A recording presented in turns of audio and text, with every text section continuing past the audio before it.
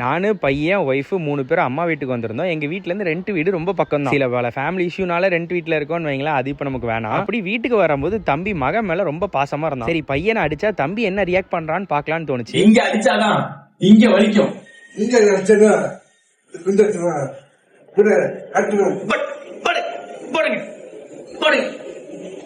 போடு மிருத்துஞ்சேன போடு, அடிங்க அடிங்க.